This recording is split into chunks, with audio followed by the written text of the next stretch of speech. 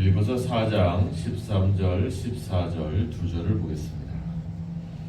내게 능력 주시는 자 안에서 내가 모든 것을 할 수 있느니라. 그러나 너희가 내 괴로움에 함께 참여하였으니 잘하였도다. 아멘. 우리가 빌립보서를 처음 보면 사도 바울이 너무 큰 기쁨으로 이 편지를 쓰고 있다라는 사실을 알게 됩니다.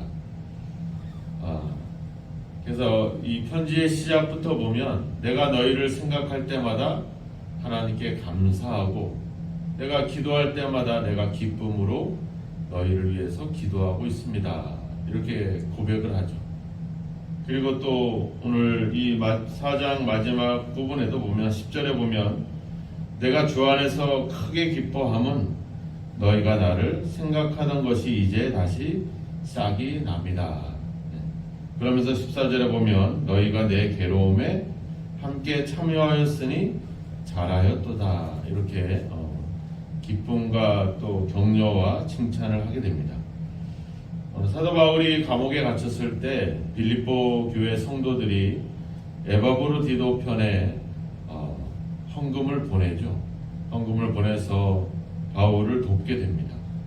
근데 헌금만 보내는 것이 아니라 에바브로디도라고 하는 사람을 보내서 바울의 감옥 생활 동안 그를 수종을 들도록 그렇게 하게 되죠. 그런데 바울은 그의 수종을 들기보다는 오히려 그 빌립보 성도들의 그 보내준 것에 대한 감사, 또 에바브로디도를 통해서 듣게 된 빌립보 교회의 상황들, 이런 것들을 생각하면서 오히려 감사와 기쁨의 내용을 적어서 에바브로디도 편에 돌려보냅니다. 그리고 디모데도 같이 보내면서 이제 오히려 그 빌립보 교회 성도들을 위로하는 그런 모습을 보이게 되죠.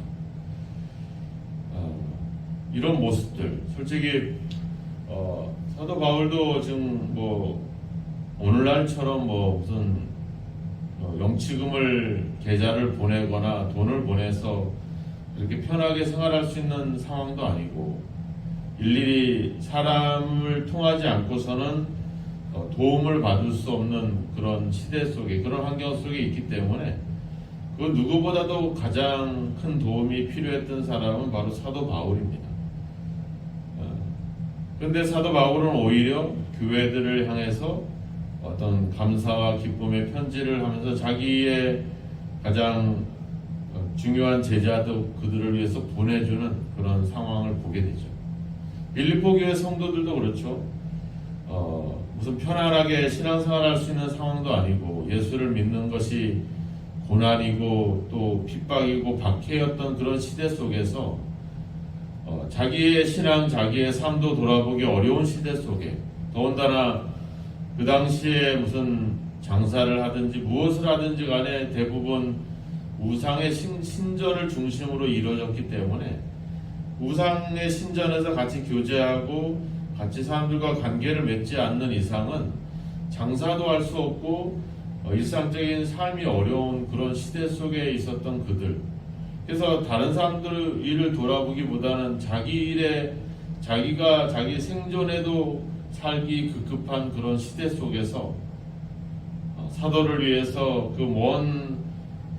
그것도 감옥에 갇혀 있는 사도를 위해서 뭔가 그들을 위해서 도울 수 있다라고 하는 것. 그것은 결국은 지금 자기의 어려운 상황에도 불구하고 그것에 대한 어떤 나름대로의 어떤 그런 만족함이라든지 그런 어떤 충분히 그 상황을 대처할 수 있는 그 뭔가가 있기 때문에, 그래서 그렇기 때문에 다른 사람들을 생각할 수 있게 되고 다른 사람들을 돌아보게 되는 그런 어떤 신앙의 모습들이 나오게 되죠. 오늘 10절에도 보면 내가 주 안에서 크게 기뻐하면 너희가 나를 생각하던 것이 이제 다시 싹이 납니다. 그러니까 지금 어려운 중에도 바울을 돕기 위해서 이렇게 헌금을 보낸 것에 대한 그런 감사의 고백이죠, 그죠? 이제 너희가 싹이 났다. 그것은 그냥 선교 헌금이긴 하지만 그걸 통해서 교회의 성도들의 신앙을 가늠해 볼 수 있는 거죠. 아, 이 사람들이 지금 자기들도 먹고 살기 힘들고 살아남기 어려운 와중에서도 이렇게 나를 도왔구나. 이 헌금 속에는 그 빌립보 성도들의 어떤 지금 신앙의 상태를 보게 만들어 주는 거죠. 말하자면 그런 것들이 없다라고 한다면 여전히 그들은 자기의 생존과 자기의 살아남기 위한 일에 여전히, 그래서 어떻게 보면은 여전히 삶에 만족하지 않고 여전히 삶을 위해서 고군분투하는 그런 모습으로 보일 텐데, 이렇게 헌금을 통해서 저 사람들이 그래도 어려움 중에 이렇게 다른 사람들을 돌아볼 만큼의 어떤 신앙, 그런 믿음의 성장이 있구나라고 하는 것을 그걸 통해서 우리가 보게 된다라고 하는 겁니다. 이게 중요한 거죠. 사도 바울이 내게 능력 주신 자 안에서 내가 모든 것을 할 수 있다, 이 말은 내가 모든 것을 할 수 있는 능력을 갖췄다라는 말이라든지 또 믿는 자에게는 능치 못할 일이 없다라고 하는 그런 말이 아니라는 거죠. 이 말은 그건 뭐예요? 내가 비천에 처할 줄도 알고 풍부에 처할 줄도 알았다는 겁니다. 그러니까 내가 어떤 형편에 처하든지 간에 11절에 보면 나는 자족하기를 배웠다. 내가 풍부에 처한다고 해서 뭐 교만해지거나 비천에 처한다고 해서 삶이 비굴하거나 그렇지 않다는 거죠. 어떤 상황이든 나는 만족할 수 있었다.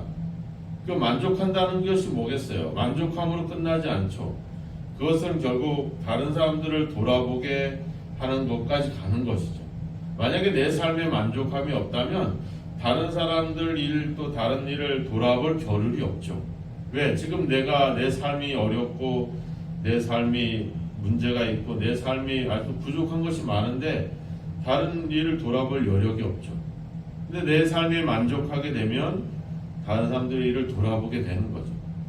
그러니까 빌립보 교회가 사도 바울에게 그를 돕기 위해서 이렇게 성경금을 보냈다라고 하는 것은 이제 그들이 다른 사람들의 일을 돌아볼 만큼 자기 삶에 그만큼 풍부해졌다는 말이 아니라 그만큼 자기 삶에 대한 어떤 만족과 자족함이 있기 때문에, 그래서 도울 수 있는 여유가 그들에게 생겼다라고 하는 것 자체가 바로 그들 또한 예수 안에서, 즉 나에게 어떤 일들을 대처할 수 있는 능력을 주시는 그분 안에 살아가고 있다는 것이 그걸 통해서 가늠이 되는 것이죠. 예수님이 마태복음 8장에 가보면 산상설교를 마치고 내려왔을 때 그 로마의 백부장을 만나죠. 백부장의 집에 하인이 중풍병이 걸렸는데 그 백부장이 예수님께 와서 이거 요청을 하고, 그래서 결국은 그 백부장의 종을 치료해 줍니다. 그리고 나서 베드로의 장모 집에 가서 그 장모가 베드로의 집에 가서 그 장모가 열병을 앓고 있는 것을 보고 치료를 해줘요. 그리고 수많은 병자들을 치료하고 귀신을 쫓아냅니다. 그걸 지켜보던 서기관이 주님, 내가 당신을 따르겠습니다 라고 그렇게 이야기를 해요. 그럴 때 주님이 뭐라고 하냐면 여우도 굴이 있고 공중의 새도 거처할 곳이 있지만 인자는 머리 둘 곳이 없다, 이렇게 얘기해요. 자, 말하자면 우리가 어떤 서기관은 예수님이 병을 고치고 귀신을 쫓아내고 그런 속에서 어떤 능력들을 발견하게 되죠. 근데 예수님은 이야기하잖아요. 머리 둘 곳이 없다. 내가 보고 거처할 곳이 없다. 우리가 예수님이 나중에 명절에 이제 예루살렘을 올라가게 되는데 거기서 말씀을 가르치고 또 많은 사람들의 또 병을 고쳐주죠. 그리고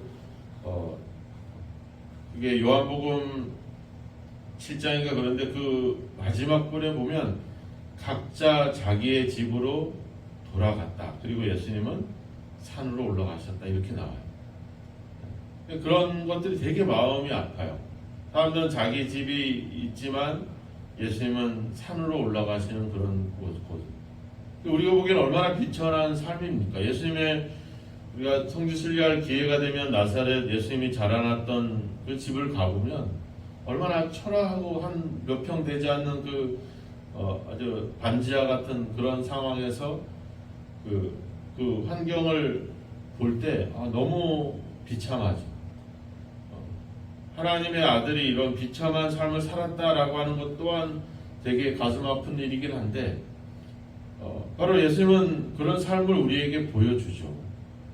그러니까 예수님의 능력은 뭐 귀신을 쫓아내고 이게 아니라 머리 둘 곳도 없고 거처할 곳도 없지만 그럼에도 불구하고 하나님과 함께 있음으로 인해서 그는 충분히 그 어떤 사람보다 더 기쁘고 더 행복하고 더 그의 삶에 어떤 감사가 넘쳤다는 것. 결국 하나님을 만나는 그것이 거처가 되고 또 그 어느 곳에든지 하나님을 만남으로 인해서 예수님은 그 누구보다도 기쁨의 삶을 살았고 또 다른 사람들이 이를 돌아보고 어려운 사람들을 찾아가고 병자들을 고쳐주고 그런 삶을 살았다는 것이죠. 어떤 자기의 권위와 자기의 형편에 맞는 그런 것들을 생각해 본다면 전혀 어울리지 않는 그런 삶을 살았지만 예수님은 어떤 형편을 있든지 간에 그분은 충분히 기쁘고 만족한 삶을 살아갔죠. 그런 삶을 살아가는 것이 바로 주님을 따라가는 삶이라고 하는 겁니다.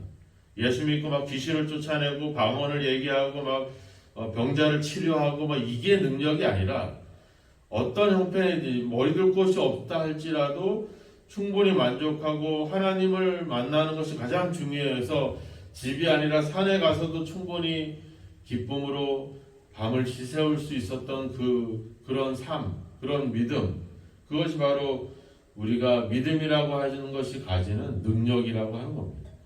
오늘 우리가 믿음을 가지고 있어서 기도했더니 하나님이 놀랍게 역사했다, 이게 능력이 아니라 오늘 나에게 주어진 삶, 직장에서든지 가정에서든지 그 삶 속에서 그 삶의 어떤 상황에 있든지 간에 우리는 만족할 수 있고 기뻐할 수 있고 감사할 수 있는 그것이 바로 하나님이 우리에게 주시는 능력이라고 하는 것이죠. 그래서 바울이 잘했다, 너희가 내 괴로움에 참여하였으니 잘하였도다, 이 표현은 뭐 무슨 능력을 발휘했다 이것이 아니라 바로 이런 힘들고 어려운 가운데서도 바로 그런 복음의 일에 참여한 것. 앞에 1장에 가서도 그런 얘기하죠. 내가 너희를 생각할 때마다 감사하고 기쁘다. 왜? 너희가 복음에 참여하는 그 모습 때문에 그렇다는 거죠. 참여한다는 건 뭐예요? 그만큼 내가 내 삶에 충분히 만족하다는 거죠. 만족하지 않으면 참여할 수 없습니다. 내가 내 삶에 기쁨이 없으면 다른 사람들이 돌아볼 수가 없어요. 왜? 내가 지금 먹고 살기 바쁜데 다른 사람들은 눈에 들어오지도 않죠. 다른 사람들이 보이고 다른 사람들이 생각될 수 있고 복음을 위해서 내가 뭔가를 할 수 있다라고 하는 것은 그만큼 내가 충분히 주님 안에서 만족하고 있다는 그런 표현이기도 하는 거죠. 그래서 바울은 그런 마음으로 우리에게 얘기하고 있습니다. 우리에게 뭐 엄청난 능력이 있고 모든 것을 행할 수 있는, 할 수 있다 하면 된다, 해보자, 이게 아니라 바로 하나님께서 함께 하심으로 인해서 예수님 때문에 내가 어떤 상황에든지 만족할 수 있고 기쁘고 감사할 수 있는 삶, 그것이 바로 하나님이 우리에게 주시는 능력이라고 하는 것입니다. 잠언 30장에 가면 나오잖아요. 주여 나를 가난하게도 마옵시고 부하게도 마옵소서. 내가 배불러서 하나님을 모른다, 하나님은 누구냐 할까 하오며 내가 가난하여서 도둑질하고 하나님의 이름을 욕되게 할까 하나이다. 오직 내가 주의 말씀을 사모하고 주의 말씀대로 살게 해주십시오. 이렇게 시편 잠언 30장에 가보면 그렇게 기도를 합니다. 바로 우리의 기도가 그런 기도가 되어야 되죠. 너무 지나친 욕심과 엄청난 그런 능력이 아니라 오늘도 나에게 주어진 삶을 성실하게 또 그 삶 속에서 기쁨과 감사함을 찾아 살아갈 수 있는 그 힘, 그 능력을 주십시오. 우리는 그렇게 기도해야 될 줄로 믿습니다. 그래서 내 삶에 만족할 때 비로소 우리는 다른 일들을 할 수 있다라고 하는 겁니다. 오늘 그런 모습들, 내 삶을 팽개치고 다른 일에 집중하고 종교적인 활동을 하는 것이 능력이 아니라 내 삶 속에서 그 어떤 상황에 처하든지 간에 그 삶을 살아낼 수 있고 참아낼 수 있고 거기서 만족할 수 있을 때, 그땐 비로소 우리가 진정한 어떤 선교라든지 다른 활동들을 할 수 있게 되는 겁니다. 그런 거 없이 하게 되면 그것은 위선이죠. 그것은 가식입니다. 오늘 바울의 고백처럼 내게 능력 주시는 자 안에서 내가 모든 것을 할 수 있습니다. 내가 어떤 상황이든지 간에 대처할 수 있는 능력이 있어서 늘 자족할 수 있고 만족할 수 있고 감사하고 기쁩니다. 이런 고백처럼 오늘도 여러분들의 삶을 참아내시고 또 그 삶에 만족하시고 그 속에서 기쁨과 감사함을 찾아 하나님께 감사한다면 우리는 그때 비로소 충분히 다른 사람들을 위해서 또 복음을 위해서 진심으로 일할 수 있게 될 줄로 믿습니다. 오늘도 하나님 내 삶을 내가 어떤 상황에 처하든지 간에 감사하고 기뻐할 수 있는 자족할 수 있는 그 삶을 대처할 수 있는 그런 능력을 주십시오. 그리고 그 삶으로 오늘 그런 믿음으로 오늘도 우리의 주어진 삶을 성실하게 살아갈 뿐만 아니라 감사함으로 살아가게 해주십시오. 우리 그렇게 기도하면서 그렇게 살아가는 귀한 하루가 또 되시기를 주님의 이름으로 축원합니다. 기도하겠습니다. 하나님 아버지 감사합니다.